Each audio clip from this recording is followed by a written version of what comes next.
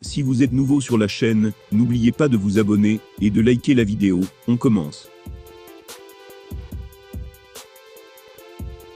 Cyril Gane est devenu la risée du monde du MMA, après s'être fait écraser à l'UFC 285. Il n'échappe donc pas aux critiques humiliantes.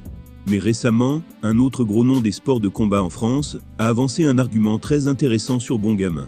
Sa carrière au MMA avait commencé de manière assez impressionnante, avec 10 victoires consécutives d'entrée de jeu.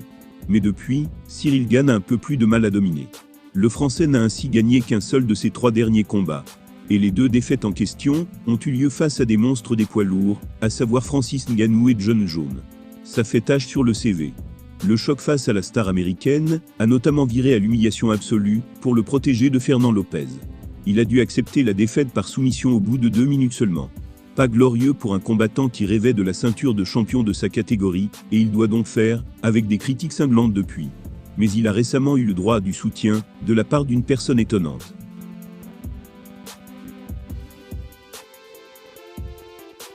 Suite au fiasco de Bon Gamin à l'UFC 285, Cédric Doumbé avait été l'un des premiers à le tracher. L'ancien champion du Glory avait même annoncé avant l'événement que Johnny gagnerait. Mais lors de sa dernière vidéo sur sa chaîne YouTube, The Best a adopté un discours un peu plus mesuré à propos du natif de La Roche-sur-Yon.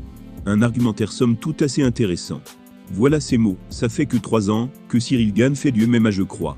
Il est arrivé du TKO, une ligue canadienne de MMA, pour l'UFC.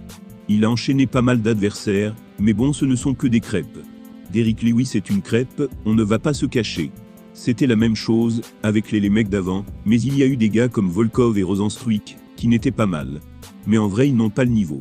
En même temps, ce n'est pas de sa faute, parce qu'il y a personne.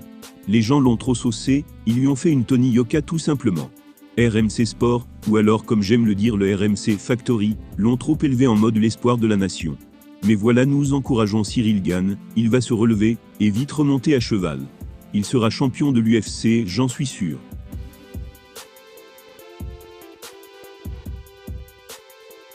Tony Yoka appréciera la nouvelle attaque envers sa personne, Doumsed l'ayant déjà humilié après sa dernière défaite.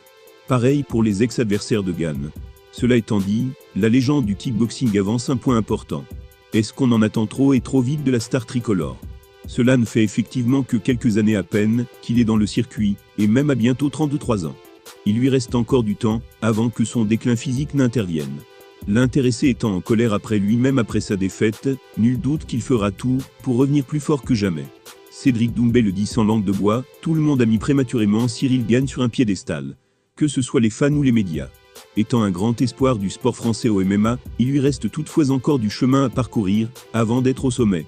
Ça passe peut-être par une revanche contre Jon Jones à l'avenir.